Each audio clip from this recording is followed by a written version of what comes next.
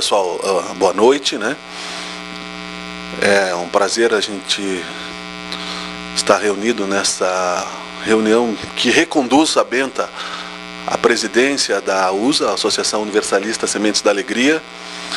E esse momento faz parte de um projeto online que nós estamos criando e desenvolvendo na nossa associação. Por isso é muito importante a presença do grupo aqui, né? Mais ou menos estamos em 15 pessoas.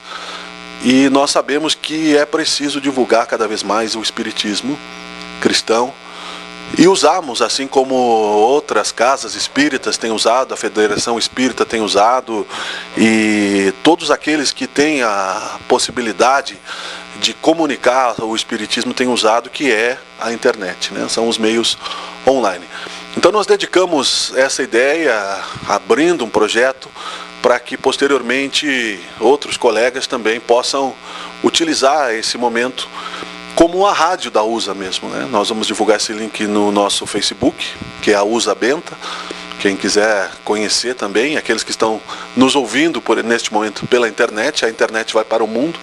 Tem muitos brasileiros e de língua portuguesa que pelo mundo vão, pelo menos através do nosso esforço, entrar pelo menos ao início, ao conhecimento ou em contato com a doutrina espírita. E isso é muito importante para todos nós. É desta forma que nós estaremos fazendo também a caridade moral, não apenas a caridade material, que já é feita aqui na nossa associação e que nós até aproveitamos esse espaço para convidar as pessoas a conhecerem, e quem quiser também participar e conhecer como é feito o nosso trabalho de assistência social. Escolhemos nesse momento, então, a partir disso, também antes de entrarmos no assunto geral, que é o que é o espiritismo, esse momento de reunião espírita por uma razão muito lógica. Poderia ser feito isolado esse trabalho através da minha mediunidade? Poderia. Mas as interferências poderiam ser um risco para aquilo que nós podemos e devemos colocar. Não é por acaso que nós estamos aqui reunidos, nós sabemos disso, já temos estudado isso em alguns outros momentos, que o acaso não existe. Não é por acaso que nós estamos criando a nossa associação e criando raízes, né, porque ela já está criada, mas criando raízes na nossa associação. E não é por acaso que nós temos a necessidade de estarmos aqui estudando o espiritismo, estudando as leis da reencarnação, estudando as obsessões, as desobsessões, estudando os tratamentos espirituais e assim por diante.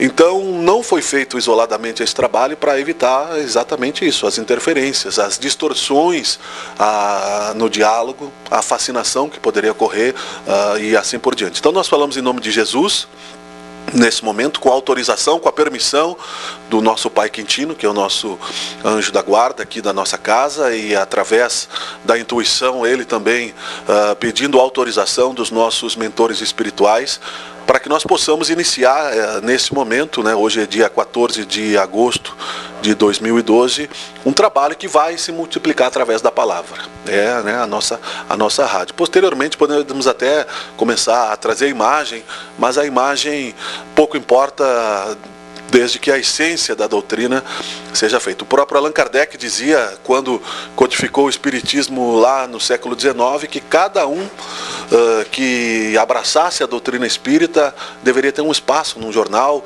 ou em algum meio de comunicação, porque é a nossa obrigação divulgar o espiritismo. Pelo tanto que nós já recebemos, pela mediunidade que nós temos e pela dívida que nós temos com o nosso Criador, nosso Deus, e com Jesus Cristo, que é o administrador do nosso planeta, através da sua força espiritual e através de outros tantos espíritos de outros orbes que se associam a ele nesse momento de transição planetária, e espíritos que aos poucos, como nós, trabalhadores da última hora, viemos florescendo e persistindo nessa ideia de sermos espíritas e sermos cristãos.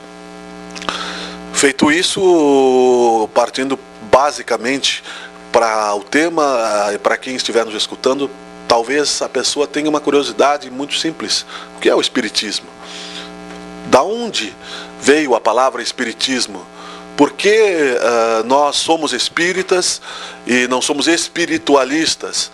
qual é a razão que nós temos para sermos espíritas e o que tem a ver a mediunidade que nós temos com o espiritismo. Essas questões todas fazem parte da curiosidade no primeiro momento.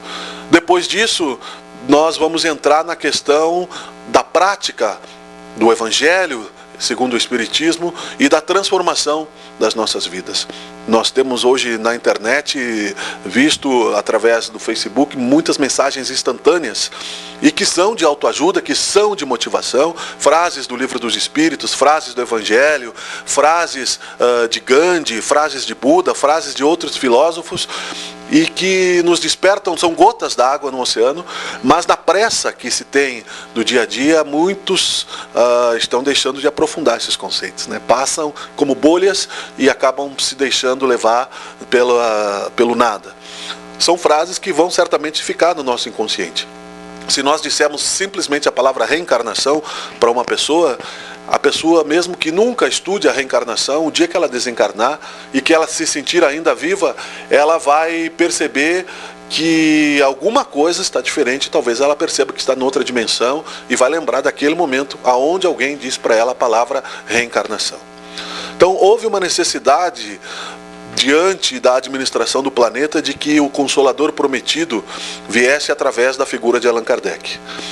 Segundo alguns, Leon Denis seria o substituto de Allan Kardec caso ele falhasse na sua missão. Allan Kardec, que já havia sido um sacerdote druida em outra encarnação, e também, esse é o nome da outra encarnação que ele teve como sacerdote druida, Allan Kardec, também foi um sacerdote egípcio, ou seja, era um espírito já amadurecido e escolhido para divulgar o espiritismo. Era um pedagogo, e isso tudo pode se encontrar com uma vasta biografia na internet. Apenas para citar por alto a figura no alicerce, na construção do alicerce no século XIX de Allan Kardec, através do seu esforço, que foi exemplar e que deve ser citado e deve ser referido a nós espíritas cristãos, para que nós sintamos a necessidade, pelo menos, de imitar a sua vontade. Não vamos chegar nem perto disso, até porque Allan Kardec já tinha uma evolução anterior às suas vidas anteriores. E ele estudou o espiritismo porque ficou moda na França o fenômeno das mesas, e ficou moda na França usar-se esse fenômeno para conversar, como o jogo do copo, e amarrava-se lá uma caneta numa cestinha e fazia-se experiências aleatórias. A França foi escolhida para isso porque, através do pensamento dos franceses e dos iluministas e de outros tantos filósofos franceses, havia mais flexibilidade para que as pessoas pudessem aceitar coisas novas. Não era um país radical na época, era um país mais livre de pensamento. E Allan Kardec era um espírito voltado à educação, um pedagogo, já como o seu nome tradicional, né, Leon Rivail, e outros nomes no meio. Ele já havia lançado livros, e para que não se confundisse a obra dele com o espiritismo, ele usou o seu nome de uma outra encarnação. E era um cético, não acreditava nas mesas girantes, mas porém, nas mesas que escreviam em girantes.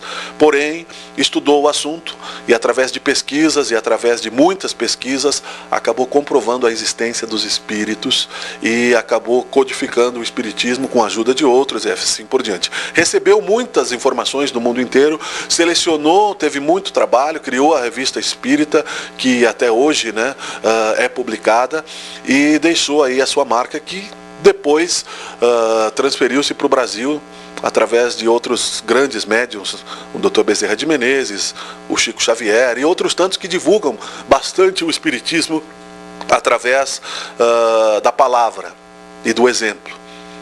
Caso que nós temos que estudar também para nos comprometermos diante disso, diante do espiritismo. Espiritismo quer dizer contato com o espiritual. Espiritualismo também é. Mas o espiritismo, ele está contextualizado, inclusive pelo Allan Kardec, dentro desta grafia, para que se possa definir uma direção moral naquilo que se faz ao se ter contato com os espíritos. E ele também criou a palavra mediunidade, para que nós pudéssemos entender como é feito esse contato. como se fôssemos estações de rádio, nós sintonizamos com espíritos de acordo com o nosso grau de pensamento. Através de várias dimensões existentes, os espíritos se colocam nessas várias dimensões, falando de uma forma bem superficial, bem simples, para que possa ser entendido por qualquer pessoa, por qualquer leigo. E essas dimensões, mesmo que não sejam vistas a olho nu, existem muitos seres que enxergam. O gato enxerga dimensões de luz que o olho humano não enxerga, o cavalo, o cachorro ouve as vibrações que o olho humano não é capaz de ouvir.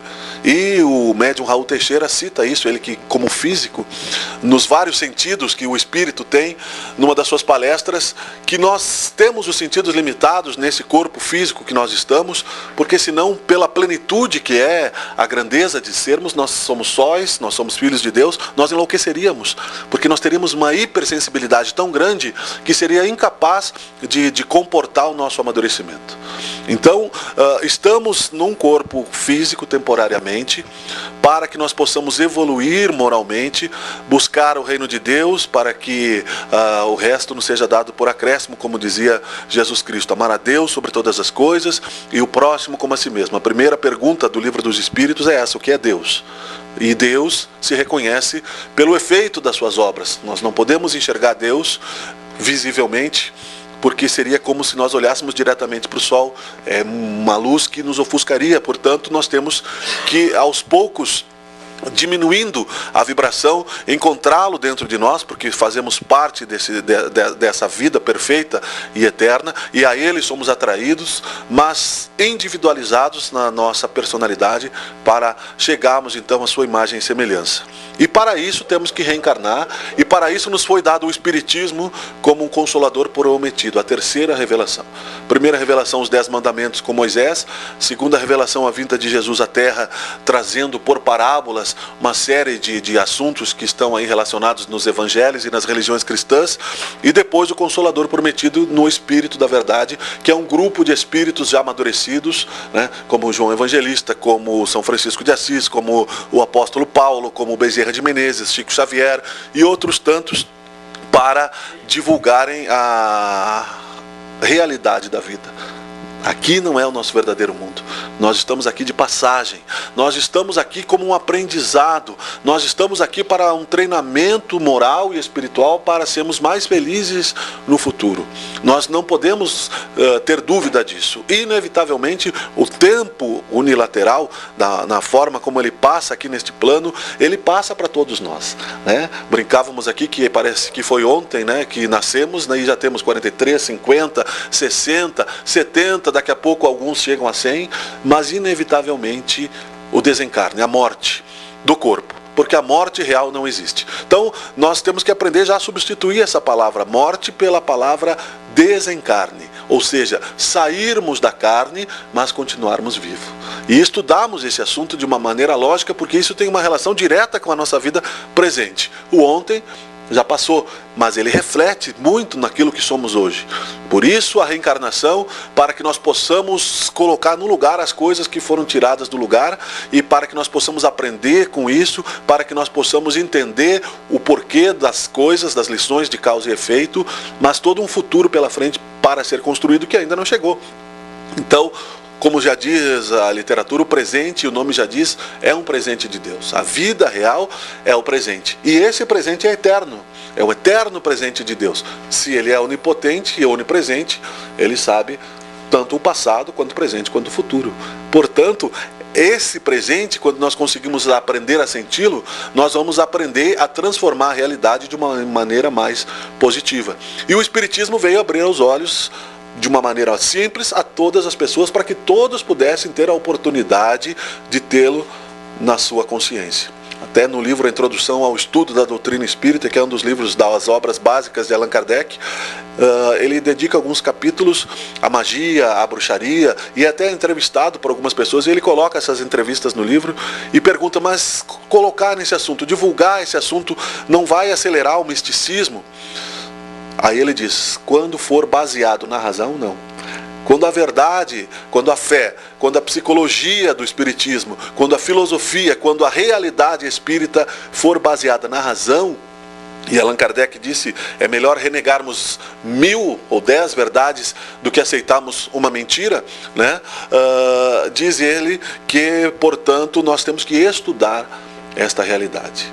E aí nós vamos avançando, e aí nós vamos transformando aquilo que nós somos como escolhas, melhores ou piores, e assim o Espiritismo vai abrindo as portas aos poucos, diante do grau de compreensão que nós já exercitamos até aqui, da certeza da eternidade. E nós aqui como médiuns estamos hoje acompanhados de espíritos também, de pessoas que estão noutra dimensão, que estão preparando a nossa chegada, mas que estão trabalhando também o nosso plano físico para que sejamos felizes, para que nós possamos nos relacionar livres das nossas vaidades, dos nossos egocentrismos, das nossas dúvidas, da nossa maldade espiritual e aprendemos a amar o nosso semelhante como amamos a Deus, amar a nós mesmos, amar a Deus e assim nos libertarmos desse giro, desta roda da reencarnação para a vida eterna.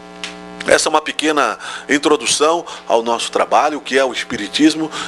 Evidentemente que não se pode colocar todas as coisas em pequenos momentos, em curto espaço de tempo, mas em gotas nós vamos avançando na nossa rádio, a USA, para que nós possamos transformar também a nossa realidade, dando um pouco daquilo que recebemos de graça e oferecendo um pouco daquilo que temos para que os nossos irmãos também possam estudar. Agradecendo a bondade de Deus que nos permite este momento, abençoando a todos aqueles que estiveram nos iluminando e pedindo também a sua bênção e agradecendo aos amigos que aqui nos ofereceram proteção espiritual para que o nosso trabalho frutifique. Muito obrigado, meu Deus, muito obrigado, Jesus, e até o nosso próximo encontro comigo ou com outros amigos que também vão se preparar para fazer esse trabalho. Obrigado, Deus, que assim seja.